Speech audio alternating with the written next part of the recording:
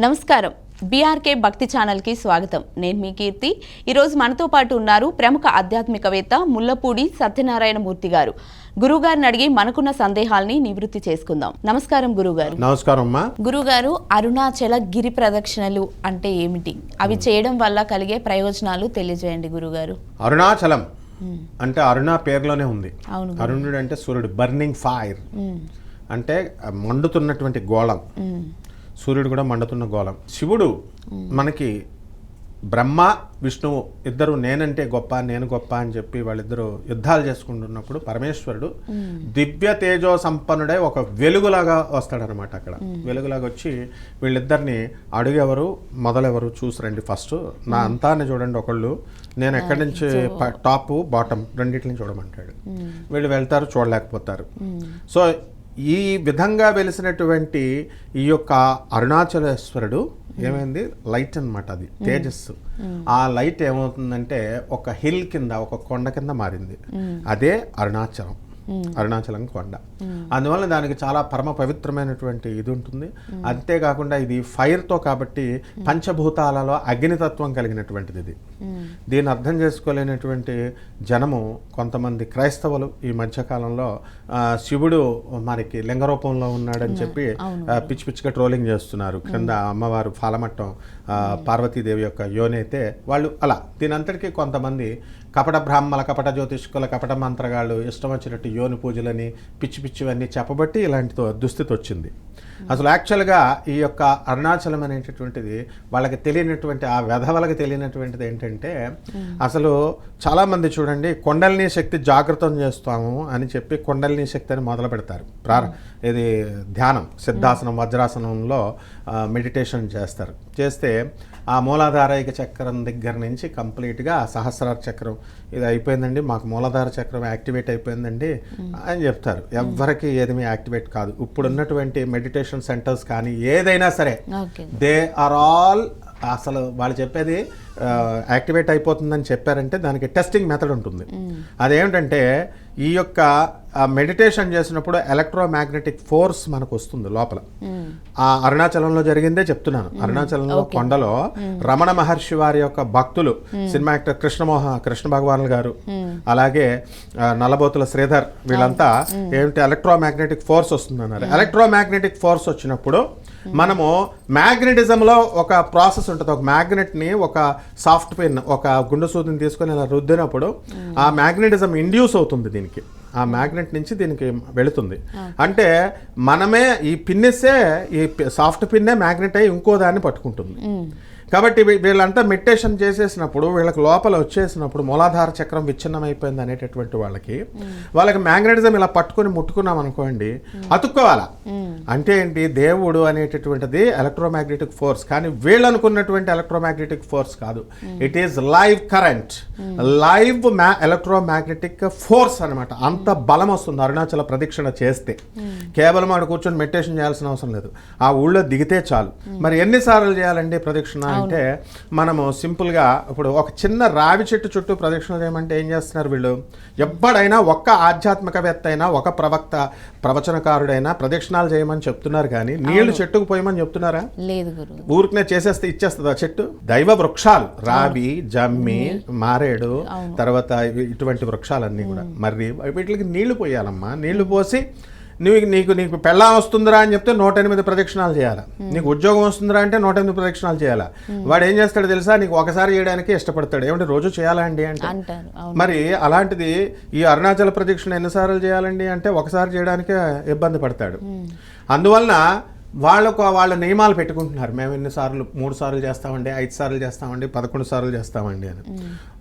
ఏది చేసినా సరే అరుణాచలం గుడిలో ఒక్కసారి చేసినా ప్రదక్షిణ సరిపోతుంది. పెద్దది 14 కిలోమీటర్ల దూరం కాబట్టి ముందుగా వినాయకుడికి అక్కడ దండం పెట్టుకోవాలా. చేసే ప్రాసెస్, ఒక ఎర్రని గుడ్డలో ఒక స్పటిక, ఒక కొబ్బరికాయని అక్కడ కట్టుకోవాలా. కట్టుకొని స్టార్టింగ్లో అక్కడ దగ్గర ఉన్నటువంటి చెట్టు కట్టుకొని మొక్కుబడిగా మొక్కుకొని అరుణాచలేశ్వర స్వామి వారిని శివోహం శివోహం ఈ రోజున వచ్చింది కాదు అరుణాచలం. పూర్వకాలంలో చిన్నప్పుడు కూడా మన తాతలు ముత్తాతలు ఉన్న కాలంలో నుంచి కూడా సాధువులు బైరాగులు వచ్చి అరుణాచల శివోం అరుణాచల శివోం అని పాటలు పాడేవారు. అప్పుడు తెలియదు ఎవరికి అరుణాచలం ఎక్కడ ఉందని. ఇప్పుడు యూట్యూబ్ మహిమ అని చెప్పి టీవీ మీడియా మహిమ అని చెప్పేసి అరుణాచలం పొలోమని బస్సులు వేసుకొని పోతున్నారు. అందువలన అలా చేస్తే రాదు మోక్షం. ఏమొస్తుంది? నువ్వు కాన్సన్ట్రేటెడ్గా పట్టుకోవాలా దాన్ని, కాన్సన్ట్రేట్గా ఏకలక్ష్యం ఉండాలా, పట్టుదల ఉండాలా, నేను సాధించుకోవాలని ఉండాలన్నమాట. ఆ తర్వాత ఈ 14 కిలోమీటర్లు మామూలుగా తిరగచ్చు. అండ్ 5 కొబ్బరికాయలు ఈ యొక్క అరుణాచలం కొండ చుట్టూ తిరిగినప్పుడు కంప్లీట్ అయ్యే లోపల 5 కొబ్బరికాయలు వీళ్ళు కొట్టాలి. తర్వాత అభ్యంగన ప్రదక్షిణ అని ఇంకోటి ఉంటుంది. అంటే వీళ్ళు ఏం చేస్తారంటే తడి బట్టలతో పొర్లుతూ చేస్తారు. మనకి తిరుపతిలో మనకి వెంకటేశ్వర స్వామి దేవస్థానంలో మనం చేస్తాం, తడి బట్టలతో పొర్లుతూ చేస్తారు. అట్లా తడి బట్టలు అక్కర్లేదు కానీ వీళ్ళు పొర్లుతూ మొక్కుకుంటారు చాలా మంది. అటువంటి వాళ్ళకి ఏంటంటే ఒకళ్ళని అలౌ చేయదు పోలీస్ డిపార్ట్మెంట్. ఎందుకంటే అక్కడ లారీలు వెహికల్స్ వెళ్తూ ఉంటాయి, వాటి మీద నుంచి వెళ్ళిపోతారని ఇద్దరు ఉండాలంటారు.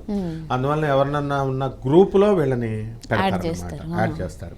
సో ఈ విధంగా ఈ యొక్క అరుణాచలేశ్వర స్వామి వారి యొక్క ప్రదక్షిణ చేసిన తర్వాత అరుణాచలేశ్వర స్వామి వారిని మనం ధ్యానం చేసుకుని ఆయనకి అభిషేకాలు కనుక చేసుకున్నట్లయితే తీరని కోరికలు ఉండవు అని చెప్పొచ్చు.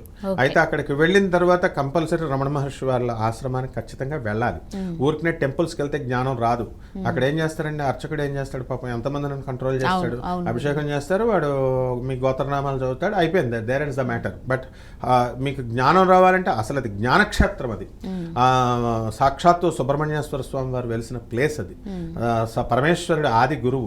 సో అందుకని మనము ఏం చేయాలో కంపల్సరీ ఆ రమణ మహర్షి ఆశ్రమానికి వెళ్ళి అక్కడ ధ్యానం చేసుకుంటే మంచిది. అయితే ఈ ఫ్లోటింగ్ అంతా కూడా మరి చాలా కష్టం కాబట్టి ఆ ఇంట్రెస్ట్ ఉన్నటువంటి వాళ్ళు ఆ స్వామివారి అరుణాచల ఆయన రమణ మహర్షుల వారి పిలుపు ఉన్నటువంటి వాళ్ళు, ఆయనతో కనెక్షన్ ఉన్నటువంటి వాళ్ళు, పూర్వజన్మ బంధం ఉన్నటువంటి వాళ్ళు మాత్రమే ఆయన పిలుస్తాడు స్పిరిచువల్ మాస్టర్ ఇప్పుడు కూడా.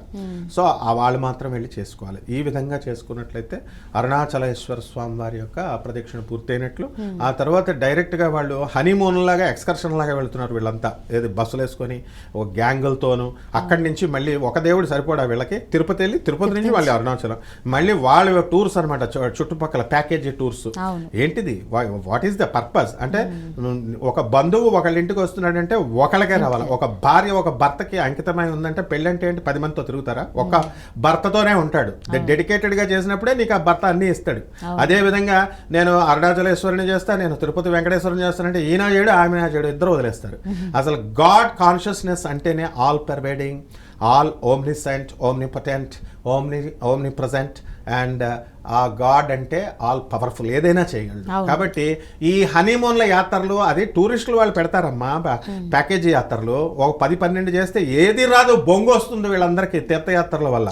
గరికపాటి గారు చెప్పారు, మా గురువు గారు, నాయన అని అంటే వక్రించి చెప్పారు వీళ్ళంతా జనం. కాబట్టి ఇదేమీ కాదు, కేవలం కావాలనుకున్నప్పుడు టీచర్ నుంచి మాత్రమే నీకు జ్ఞానం వస్తుంది.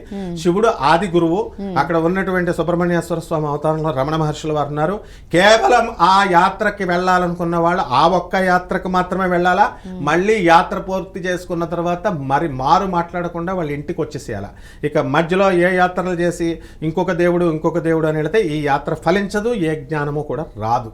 ఎందుకంటే గాణగాపురంలో దత్తాత్రేయ స్వామి వారికి ఎలా అంటే ఒక నియమం ఉంది, మనము నిర్గుణ పాదుకలను చూడకుండా కనుక దర్శనం చేసుకొని వస్తే ఆ గాణగాపుర యాత్ర ఫలితం శూన్యము అని చెప్పబడింది శాస్త్రం. ఇది కూడా అంతే అమ్మ. గురువుల దగ్గరికి వెళ్ళినప్పుడు, గురుక్షేత్రంకి వెళ్ళినప్పుడు గురువు నుంచి బ్లెస్సింగ్స్ రాకుండా మాకు జ్ఞానం వచ్చేసిందండి, మాకు మూలాధార చక్రాలు విచ్ఛిన్నమైపోయినాయండి, మేము ట్రాన్స్జెండెంటల్ మెడిటేషన్ చేస్తున్నాం, ఈ మెడిటేషన్ చేస్తున్నాం, ఇవి పాత వాళ్ళకు సరిపోగానే కొత్త మెడిటేషన్ సెంటర్లు వచ్చినాయి. ఇవన్నీ అబద్ధాలు.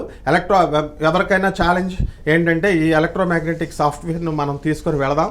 ఎవరైతే మరి మూలాధార చక్రం విచ్ఛిన్నమైంది కదా, పట్టుకుంటాం, మ్యాగ్నెటిక్ ఫోర్స్ ఉండాలి కదా నీలో అని మనం టెస్ట్ చేద్దాం. అతుక్కుంటేనే ఉన్నట్టు.